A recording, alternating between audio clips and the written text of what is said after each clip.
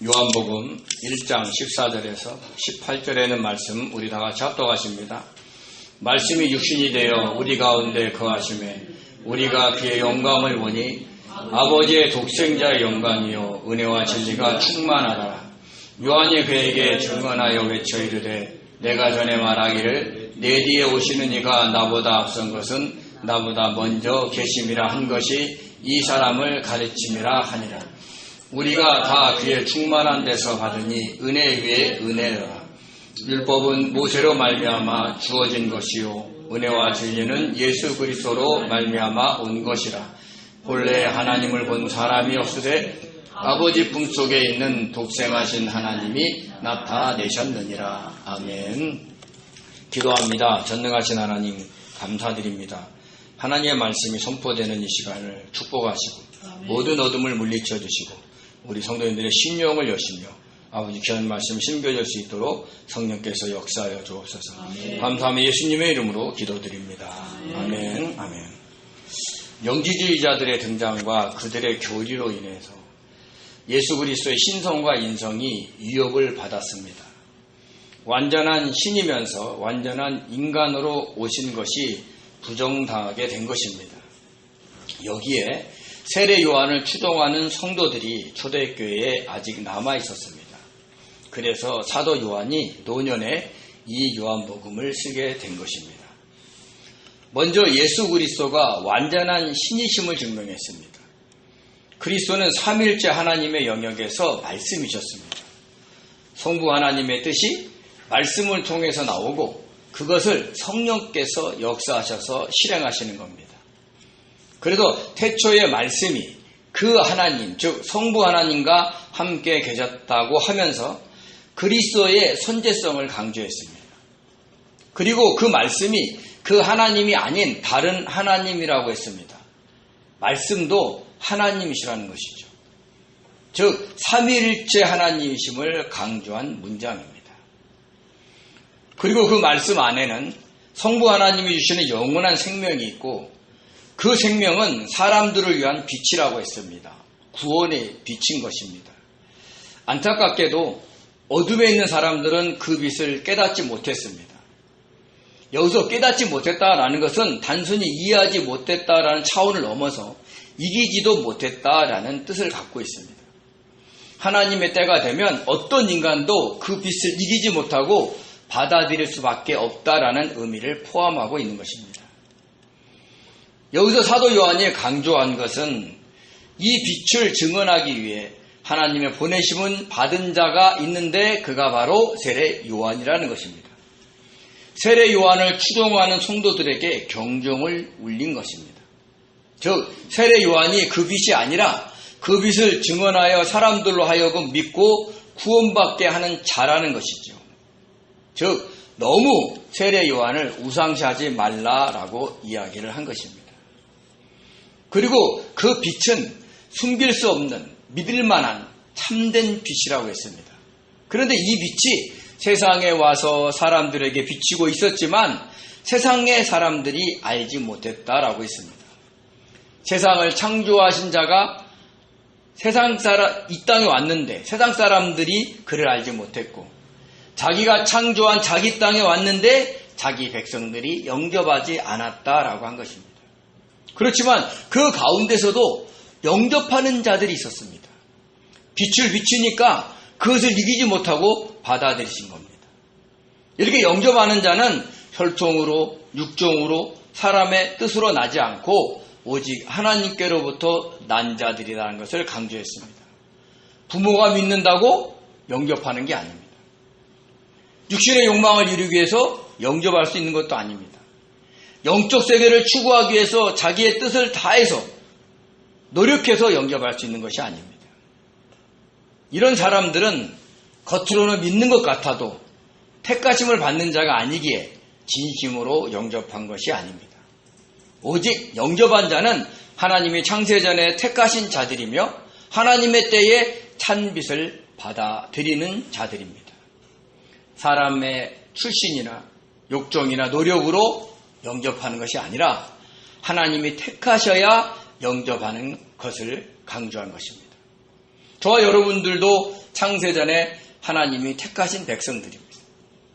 하나님의 불가항력적인 은혜로 참빛이 우리 안에 밀고 들어온 겁니다. 우리의 능력으로는 이길 수 없는 엄청난 은혜와 힘이 한꺼번에 밀려 들어온 것이죠.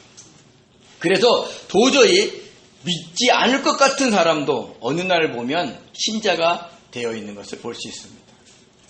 사실 우리도 믿을 만한 사람들이 아닌데 뒤돌아보면 하나님이 하나님의 때에 밀고 들어오신 겁니다.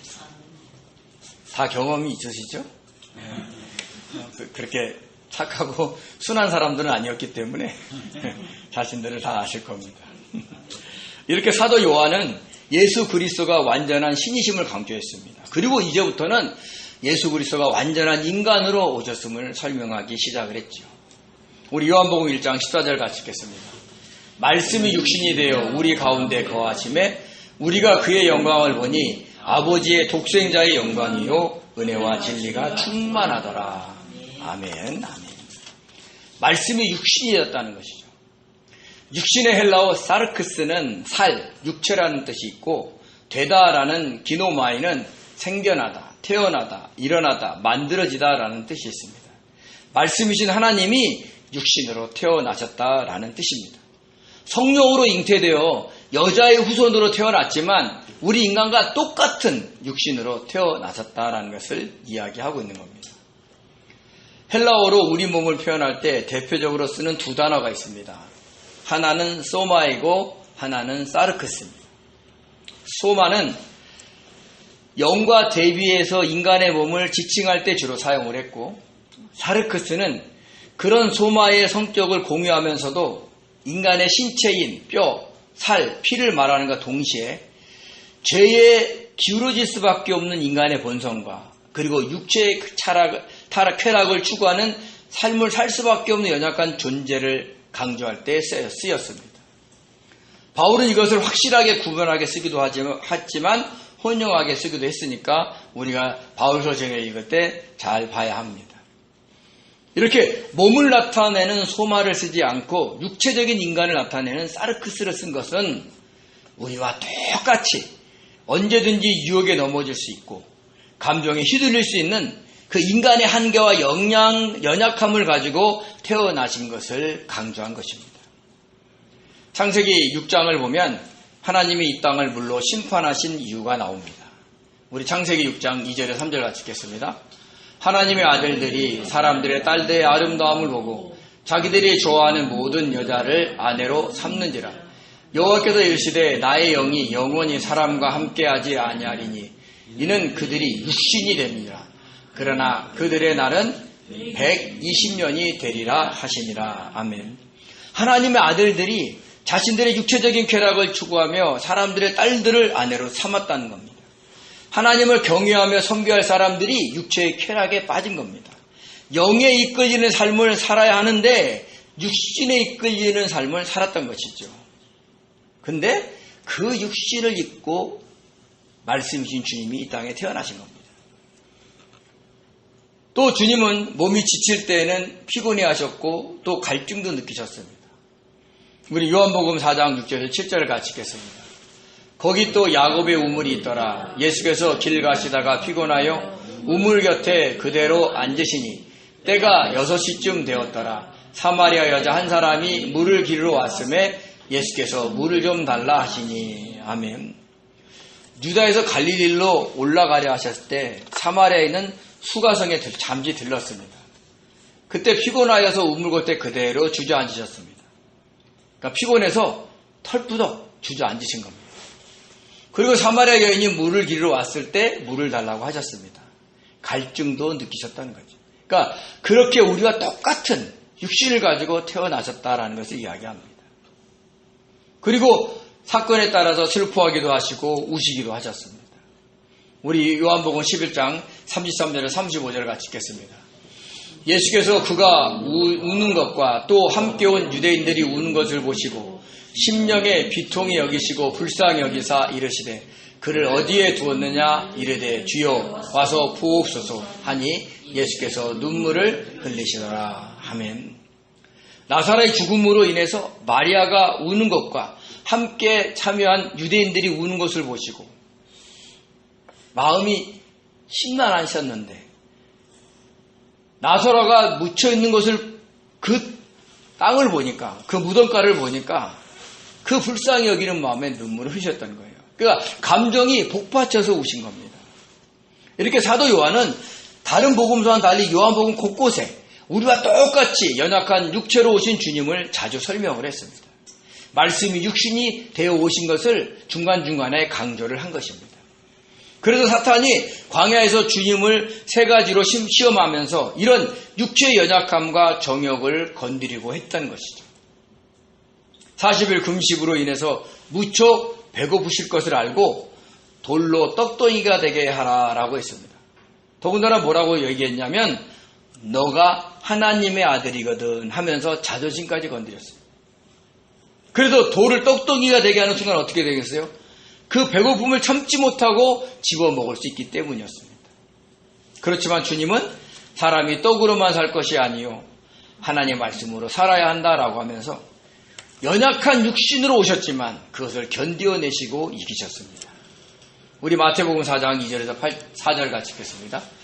40일을 밤낮으로 금식하신 후에 줄이신지라 시험하는 자가 예수께 나와서 이르되 내가 만일 하나님의 아들이거든 명하여 이 돌들로 떡덩이가 되게 하라.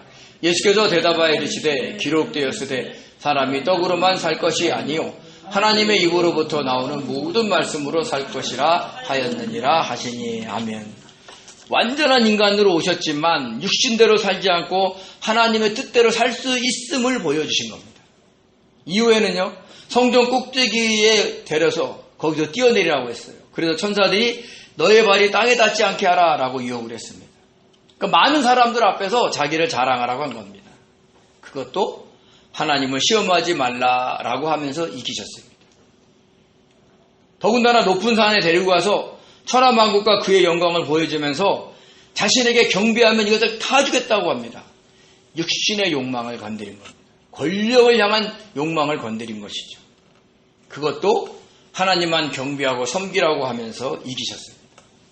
그러니까 이 세 가지 시험 사건은 육신을 가지고 있는 우리들이 주님 안에 있으면 얼마든지 사탄의 유혹을 이길 수 있다라는 것을 보여주신 겁니다. 그리고 그분이 우리 가운데 거하셨다라고 했어요. 거하다의 헬라어 스케노는요, 장막을 치다, 거주하다라는 뜻이 있습니다. 말씀이신 하나님이 육신으로 오셔서 우리 가운데 장막을 치셨다라는 뜻입니다. 장막하면 뭐가 생각이 납니까?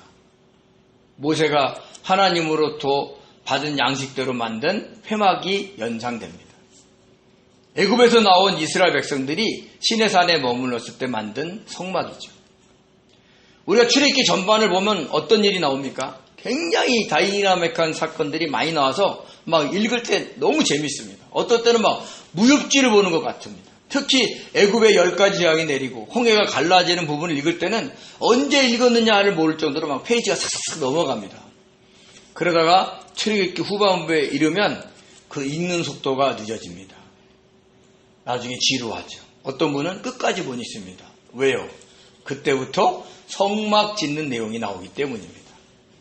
번제단을 어떻게 만들고 물두멍을 어떻게 만들고 떡상을 어떻게 만들고 촛대를 어떻게 만들고 분향단을 어떻게 만들고 언약궤를 어떻게 만들고 성막의 덮개는 어떻게 만들고 성막 기둥은 어떻게 만들고 막 끝이 없어요. 읽다 보면 막 재질과 치수가 잔뜩 나옵니다.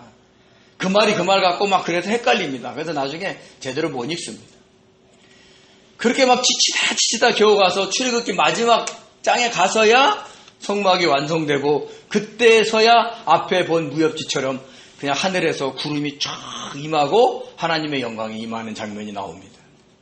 그러니까 처음에는 막 신나게 읽다가 나중에 겨우 읽게 되는 책이 출애굽기입니다. 그렇지만 출애굽기에서 가장 중요한 게 오히려 후반부입니다. 성막 짓는 것이 아주 중요한 것입니다. 왜냐하면 성막은 전능하신 하나님, 하늘에 계신 하나님이 이스라엘 백성 가운데 장막을 치고 거주하는 것이기 때문입니다. 즉 성막은 하늘과 땅이 만나는 것이고 하나님과 인간이 만나는 거룩한 곳이기 때문입니다. 그런데 말씀이 그 성막처럼 우리 가운데 오셔서 장막을 치신 겁니다. 예수 그리스도가 바로 하늘과 땅이 만나고 하나님과 인간이 만나는 거룩한 곳이 된 것입니다. 그래서 주님께서 예루살렘 성전을 헐라 내가 사흘 만에 일으켰다라고 하신 겁니다. 우리 요한복음 2장 19절 21절 같이 읽겠습니다. 예수께서 대답하여 이르시되 너희가 이 성전을 헐라 내가 사흘 동안에 일으키리라. 유대인들이 이르되 이 성전은 46년 동안 지었거늘 내가 3일 동안에 일으키겠느냐 하더라. 그러나 예수는 성전된 자기 육체를 가르쳐 말씀하신 것이라. 아멘. 아멘. 그리고 사도 요한은 우리 가운데 거하신 말씀이신 그 그리스도의 영광을 보니까 하나님의 독생자의 영광이라고 했습니다. 출애굽기에서도요, 성막이 완성되었을 때 하나님의 영광이 임했습니다. 우리 출애굽기 40장 33절 34절 그리고 38절 같이 읽겠습니다.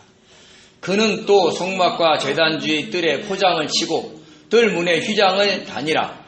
모세가 이르되 이같이 역사를 마치니 구름이 회막에 덮이고 여호와의 영광이 성막에 충만하매 낮에는 여호와의 구름이 성막 위에 있고 밤에는 불이 그 구름 가운데 있음을 이스라엘 온 족속이 그 모든 행진하는 길에서 그들의 눈으로 보았더라. 아멘. 성막을 다 만들었을 때 구름이 회막에 덮이고 여호와의 영광이 성막에 충만했다는 겁니다. 영광의 헬라어 카보드는요, 풍부, 다량, 영예, 영광이라는 뜻이 있는데 이 단어는 무겁다, 힘겹다, 짐이 되다, 영화롭다, 존귀하다의 헬라어 카바드에서 유래됐습니다. 그러니까 영광이 그냥 압도적인 무게로 임했다라는 겁니다. 가볍게 날아가는 안개 같은 것이 아니라 우리가 감히 맞설 수 없는, 그러니까 하나님의 영광이 임할 때 인간이 성막에 접근할 수조차 없는 그런 묵직하고 압도적인 실제적인 영광으로 임했다라는 뜻입니다. 이 영광이 성막에서 떠나지 않았던 겁니다. 낮에는 구름 기둥으로 밤에는 불 기둥으로 보였습니다. 사실 구름 속에 불이 항상 있었어요. 그 불이 여호와의 영광이요 성령의 불이요 사람들을 위한 찬빛인 겁니다. 이렇게 하나님의 영광을 나타내는 히브리어 헬라어 카보드가 있지만 성경의 핵심 사상을 담고 있는 유대 납비의 문학 용어에는 쉐키나가 있습니다. 쉐키나 혹시 들어본 적 있으세요? 쉐키나는 장막을 치다 거주하다의 스케노에서 유래되었습니다. 초월적인 전능하신 하나님이 인간의 시공간으로 들어와서 우리 곁에 함께 사시는 상태를 의미합니다.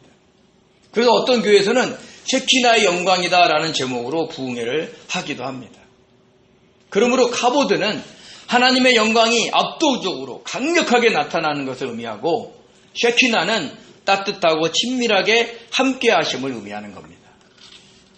카보드는 인간이 하나님을 경외해야 함을, 쉐키나는 인간이 하나님과 동행해야 함을 표현하는 것이죠.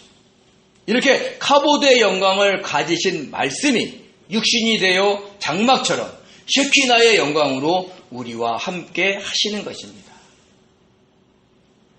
그리고 그분에게 나타난 영광은 하나님의 독생자의 영광이라고 했습니다. 독생자. 모노게네스는요, 유일하게 태어난 단 하나이라는 뜻이 있습니다. 즉, 독생자는 다른 아들은 없고 다 한 아들만 있다는 거죠. 요즘도 각 가정에 독생자가 많죠. 대부분 외아들입니다. 우리가 외아들이라 그러지 독생자라고 하지 않아요. 독생자는 하나님의 아들에 대해서만 붙이는 거예요. 근데 어떤 목사님은 자기 아들을 독생자라고 그래요. 그 소리 듣는데 아주 그냥 미치고 팔딱 뛰겠더라고. 딸도 있어요? 참, 왜 그렇게 되어가는지 잘 모르겠어요. 근데 이 독생자라는 뜻은 여기 어떤 뜻이 포함되냐면 하나님이 우리에게 유일하게 나타나는 통로라는 뜻이 있습니다. 천지 만물을 창조하실 때에도 이 유일한 통로인 말씀으로 창조하셨습니다. 영광도 마찬가지예요. 하나님의 영광도 유일하신 독생하신 하나님, 즉 예수 그리스도를 통해서 나타났다라는 얘기를 하는 것입니다. 근데 놀랍게도 그 영광에는 은혜와 진리가 충만했다라고 했습니다. 은혜, 카리스, 은혜, 호의, 친절이라는 뜻이 있고 진리, 알레세이아는 진리라는 뜻이 있습니다. 은혜는 우리가 가지고 있는 조건에 아무 상관없이 하나님이 일방적으로 부어주시는 호의와 친절입니다. 너 서울대학교 나와서 내가 너 친절하게 해줄게. 너 고등학교 나왔어? 너 절로 가. 그런 게 아니에요. 너 서울이야? 오케이. 너 지방이야? 너 안 돼. 이러지 않는다는 거예요. 너 잘생겼어? 오케이. 너 왜 이렇게 그렇게 생겼냐? 그냥 딱 퇴짜를 내는 그런 게 아니에요. 인간의 어떤 조건에 관계없이 하나님이 일방적으로 부어주시는 호의와 친절이 은혜인 겁니다. 우리의 죄를 사하시고 구원해 주실 뿐만 아니라 우리가 이 땅에 경건하고 성실하게 살아갈 때 도와주시는 그 은혜가 그것을 이야기하는 겁니다. 진리는 하나님의 언약을 상징하고 올바름과 정직, 사건의 실상과 진실, 그리고 믿고 의지할 수 있는 것, 또 복음 등의 의미를 가지고 있습니다. 충만한의 헬라어 플레로스는요, 가득한, 충만한, 완전한, 충실한이라는 뜻이 있는데 여기서는 차고 넘치는 것을 의미하는 거예요. 즉 말씀이신 그리스도가 육신이 되어 우리 가운데 거하셨는데 그분에게서 나오는 영광을 보았다는 거예요. 근데 그 영광이 유일한 통로로서 하나님의 영광을 나타내신 것이었는데 그 안에 하나님의 은혜와 하나님의 언약의 복음이 차고 넘쳐 흘렀다는 거예요. 말씀이신 예수 그리스도로 인해서 우리가 죄사함을 받고 구원의 은혜를 받았다라는 뜻입니다. 충분하다는 거예요. 주님 한 분으로. 이분을 세례 요한이 이렇게 증언을 합니다. 우리 15절에 있는 말씀 같이 한번 읽겠습니다. 요한이 그에 대하여 증언하여 외쳐 이르되 내가 전에 말하기를 내 뒤에 오시는 이가 나보다 앞선 것은 나보다 먼저 계심이라 한 것이 이 사람을 가리킴이라 하니라. 아멘, 아멘. 자신보다 앞선 것은 자신보다 먼저 계십니다라는 거예요. 근데 사실 세례 요한이 예수님보다 6개월 형이에요. 그런데도 자신보다 먼저 계셨다는 거예요. 단순히 몇 개월, 몇 년, 몇십 년 먼저 계셨다라는 뜻이 아닙니다. 먼저의 헬라어 프로토스는요, 첫째의, 최고의라는 뜻이 있습니다. 이것은 사도 요한이 요한복음 1장 1절에 말한 것처럼 태초에 계셨다라는 것을 의미하는 거예요. 그러니까 세례 요한이 내 뒤에 오시는 이가 나보다 앞선 것은 그분은 태초부터 계셨다는 얘기를 하는 거예요.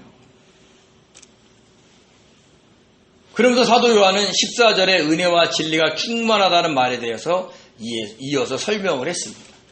우리 16절과 17절 같이 읽겠습니다. 우리가 다 그의 충만한 데서 받으니 은혜 위에 은혜로라. 율법은 모세로 말미암아 주어진 것이요 은혜와 진리는 예수 그리스도로 말미암아 온 것이라. 아멘. 말씀이신 그리스도에게서 하나님의 영광이 나타났고 하나님의 은혜와 진리가 넘쳐 흘렀습니다. 그 은혜를 받았다고 하면서 은혜 위에 은혜다라고 했습니다. 여기서 위의 헬라어 안티는요, 뭐뭐의 대신에, 뭐뭐를 위하여, 뭐뭐 때문에라는 뜻이 있습니다. 그러니까 은혜 위에 어떤 은혜를 더해서 받았다라는 뜻이 아닙니다. 앞에 은혜를 대신해서 뒤에 은혜를 받았다는 거예요. 그럼 앞에 은혜는 있어요, 없어요? 없는 겁니다. 또한 앞의 은혜와 뒤의 은혜가 확실히 다르다라는 것을 의미합니다. 그러면 앞의 은혜는 뭐고 뒤의 은혜는 뭐냐? 그 바로 이어서 17절에 설명을 합니다. 앞의 은혜는 율법이고 뒤의 은혜는 뭐예요? 은혜와 진리였던 겁니다. 율법이 뭡니까? 시내산에서 하나님 모세를 통해서 주신 법입니다. 그렇지만 율법도 하나님의 은혜였습니다. 왜요? 하나님의 택하신 백성들로서 하나님이 기뻐하시는 삶을 살도록 인도하는 기범이었기 때문입니다. 세상에 어떤 백성에게도 주지 않은 하나님의 은혜였던 겁니다. 이 율법을 통해서 이스라엘 백성들은 하나님을 경외하며 경배하게 되었고 제사를 통해서 제사함을 받으며 하나님의 은총을 받고 살았던 겁니다. 그래서 율법도 은혜죠. 그리고 뒤의 은혜는 말씀이신 그리스도를 통해 주시는 은혜와 진리입니다. 율법을 주셨다라고 할 때는 수동태를 쓰였고 은혜와 진리로 온 것이라고 할 때는 능동태를 썼습니다. 그러니까 율법은 모세를 통해서 수동적으로 주어졌고 은혜와 진리는 예수 그리스도가 오셔서 능동적으로 우리들에게 밀고 들어왔다는 얘기를 하는 겁니다. 율법은 안 지킬 수 있어요. 근데 은혜와 진리는 거부할 수 없다는 거예요. 누가? 택한 백성들은. 그래서 충만한 데서 받았고 은혜 위에 은혜다라고 한 겁니다. 거부할 수가 없는 거예요. 아이고 주님 하나님 됐습니다. 안 주셔도 됩니다. 저 충분합니다. 그렇게 되는 게 아니라는 거예요. 또한 주님은 이 땅에서요. 앞에 은혜인 율법을 완성하셨어요. 그리고는 완성하자마자 십자가에서 그것을 폐기해버리십니다. 우리 마태복음 5장 17절에 18절 같이 읽겠습니다. 내가 율법이나 선지자를 폐하러 온 줄로 생각하지 말라. 폐하러 온 것이 아니요 완전하게 하려 함이라. 진실로 너희에게 이르노니 천지가 없어지기 전에는 율법의 1.1획도 결코 없어지지 아니하고 다 이루리라. 아멘. 그리스도인 주님께서 산상수훈에서 하신 말씀입니다. 율법과 선지자를 폐하러 온 것이 아니라 그것을 완전하게 하려고 오셨다는 겁니다. 그러면서 율법의 1.1획도 결코 없어지지 아니하려고 다 이루라고 하셨어요. 그리고 실제로 십자가에 못 박혀 죽으시면서 그것을 다 이루셨다라고 하셨습니다. 우리 요한복음 19장 30절 같이 읽겠습니다. 예수께서 신포도주를 받으신 후에 이르시되 다 이루었다 하시고 머리를 숙이니 영혼이 떠나 가시니라. 아멘.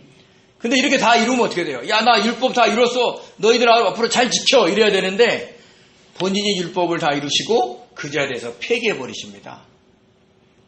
에베소 우리 2장 14절과 15절 그리고 골로새 2장 14절 같이 읽겠습니다. 그는 우리의 화평이신지라 둘로 하나를 만드사 원수된 것 곧 중간에 막힌 담을 자기 육체로 하시고 법조문으로 된 계명의 율법을 폐하셨으니 이는 이 둘로 자기 안에서 한 세 사람을 지어 화평하게 하시고 우리를 거스리고 분리하게 하는 법조문으로 쓴 증서를 지우시고 제하여 버리사 십자가에 못 박으시고. 아이러니하죠? 십자가에서 다 이루셨는데 그 십자가에서 폐해버리신 겁니다. 왜요? 유대인과 이방인 사이에 있는 막힌 담을 허시기 위해서 폐기한 겁니다. 이것은 예수 그리스도를 구주로 믿는 모든 자들을 한 세 사람으로 만들어서 화평하게 하려는 거예요. 율법을 잘 지키는 유대인이나 율법을 모르는 이방인들이나 구별하지 않고 하나가 되게 해서 예수 그리스도를 믿는 누구에게나 은혜와 진리를 부어 주시겠다라는 것입니다. 오늘날 이스라엘은 율법을 지키면서 삽니다. 그러면서 선민이라고 자랑합니다. 그게 아무 의미가 없다는 얘기를 하는 거예요. 왜냐? 주님은 주 안에서 모든 자를 하나가 되게 하시는 거예요. 그래서 구원하시려고 하는 겁니다. 우리 고린도서 12장 13절 그리고 갈라디아서 3장 28절을 같이 한번 읽겠습니다. 우리가 유대인이나 헬라인이나 종이나 자유인이나 다 한 성령으로 세례를 받아 한 몸이 되었고 또 다 한 성령을 마시게 하셨느니라. 누구든지 그리스도와 합하기 위하여 세례를 받은 자는 그리스도로 옷 입었느니라. 너희는 유대인이나 헬라인이나 종이나 자유인이나 남자나 여자나 다 그리스도 안에서 하나입니다. 아멘. 말씀이신 그리스도께서 육신으로 오셔서 율법이라는 은혜를 회개하시고 대신에 다른 은혜인 은혜와 진리를 모든 사람들한테 믿는 사람들한테 충분히 부어주신 겁니다. 그래서 지금 우리는 구약의 율법대로 살지 않아도 됩니다. 만약에 우리가 구약의 율법대로 살라 그러면 613가지를 그냥 손에 썩으면서 이거 해도 돼? 안 해도 돼? 이러고 살아야 돼요. 근데 오늘날에는 그 율법 대신 은혜와 진리를 충만히 부어주셔서 주님 안에서 살아가게 하십니다. 율법을 완성하신 그분의 뜻대로 살아가야 하는 겁니다. 모든 것을 주님의 뜻을 묻고 성령의 인도하심 속에 살아가려고 해야 하는 것이죠. 주님께 자신의 삶의 모든 주권을 드리면서 살아야 합니다. 그래야 말씀이신 그리스도로부터 오는 은혜와 진리를 충만하게 받게 되는 것입니다. 율법은 죄를 깨닫게 하고 제사를 드리게 하지만 은혜와 진리는 죄를 깨달을 때 회개하기만 하면 주님이 십자가에서 다 이루신 그 죄사함의 은혜로 그 즉시 용서받게 하십니다. 그러므로 우리는 죄를 깨달을 때마다 나의 연약함을 볼 때마다 우리는 그 자리에서 회개를 해야 하는 것입니다. 그러면서 은혜, 즉 앞의 은혜와 다른 뒤의 은혜를 부어주신 또 다른 예를 설명합니다. 그것은 하나님의 본 사람이 없지만 말씀이신 그리스도를 통해서 하나님을 볼 수 있게 하신 겁니다. 우리 18절에 있는 말씀 보겠습니다. 본래 하나님을 본 사람이 없으되 아버지 품속에 있는 독생하신 하나님이 나타내셨느니라. 아멘. 하나님을 본 사람은 아무도 없습니다. 왜요? 하나님은 빛이시기 때문입니다. 그러니까 어떤 형상을 가지고 계시는 분이 아닙니다. 율법의 상징인 모세도 하나님의 얼굴을 보지 못하고 뒷모습만 보았습니다. 출애굽기 33장 20절과 23절 같이 읽겠습니다. 또 이르시되 내가 내 얼굴을 보지 못하리니 나를 보고 살 자가 없음이니라. 여호와께서 또 이르시되 보라 내 곁에 한 장소가 있으니 너는 그 반석에 서라. 내 영광에 지나갈 때에 내가 너를 반석 틈에 두고 내가 지나가도록 내 손으로 너를 덮었다가 손을 거두리니 내가 내 등을 볼 것이요 얼굴은 보지 못하리라. 아멘. 모세가 주의 영광을 보여달라고 하자 하나님께서 하신 말씀이고 하신 행동입니다. 하나님의 얼굴을 본 자는 그 밑에 그 압도적인 무게로 인해 그 강렬함으로 인해서 죽게 됩니다. 우리가 그냥 뻔뻔하게 태양으로 계속 날아가 봐요. 어떻게 돼요? 어느 순간에는 녹아버립니다. 그래서 하나님이 모세를 바위 틈에 두시고 손을 덮으신 후에 지나가시면서 뒷모습만 보여주신 거예요. 그런데도 이상하게 성경은요, 모세를 향해서 하나님과 대면한 자다라고 했고, 야복강에서 야곱은 하나님과 대면하여서 생명을 보존했다고 하면서 그것을 분일이라고 합니다. 그러니까 모세가 하나님을 대면했다는 것은 그만큼 하나님의 그 임재 속에서 친밀하게 교제했다는 거예요. 얼굴을 보고 얘기한 게 아닙니다. 야복강에서 씨름했던 야곱이 만난 어떤 사람은 하나님이 보내신 천사입니다. 하나님이 아니에요. 이렇게 하나님을 직접 본 사람은 아무도 없습니다. 그렇지만 말씀이신 그리스도는 육신으로 오셔서 하나님을 나타내셨습니다. 그래서 빌립이 하나님을 좀 보여달라. 그럼 우리가 믿겠다라고 하니까 주님이 이렇게 말씀하신 겁니다. 우리 요한복음 14장 9절입니다. 예수께서 이르시되 빌립아 내가 이렇게 오래 너희와 함께 있으되 내가 나를 알지 못하느냐. 나를 본 자는 아버지를 보았거늘 어찌하여 아버지를 보이라 하느냐. 아멘.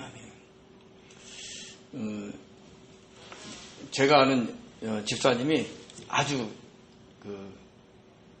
뭐라고 표현해야 되나? 그러니까 독특하게 생기셨어요.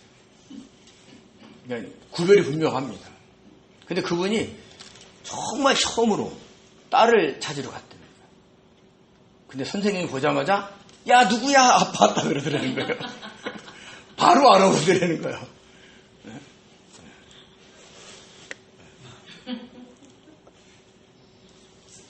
우리 아들하고 제가 있으면 알아볼까요? 모를까요? 네, 알아봅니다.